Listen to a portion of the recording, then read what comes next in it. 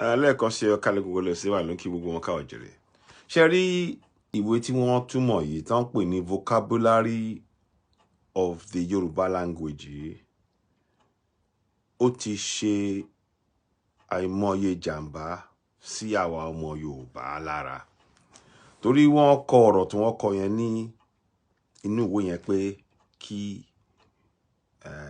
a rí Èṣù wa gẹ́gẹ́ bí Satani. Àmọ́ wọ́n yí padà nínú Bíbélì. Ẹ jẹ́ n fi hàn yín. Púpọ̀ nínú wa a mọ ọ̀rọ̀ yìí.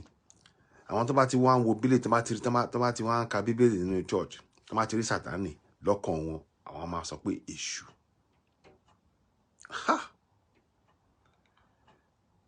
Ọ̀gá, iṣẹ́ pọ̀ láti ṣe fún wa. Iṣẹ́ pọ̀ gidi gan láti ṣe fún wa lórí ọ̀rọ̀ yìí.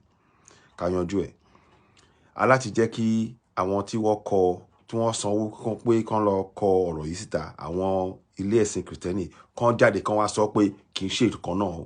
Àwọn ò ní ẹ̀tọ́ láti sọ pé Èṣù àti Kristẹni, Èṣù àti Satani ìkan náà ni wọ́n. Wọn ò ní ẹ̀tọ́ àbí agbára láti sọ bẹ́ẹ̀. Níta láti sọ fún àwọn ẹlẹ́sìn Kristẹni nìyẹn. Ẹ ṣeun.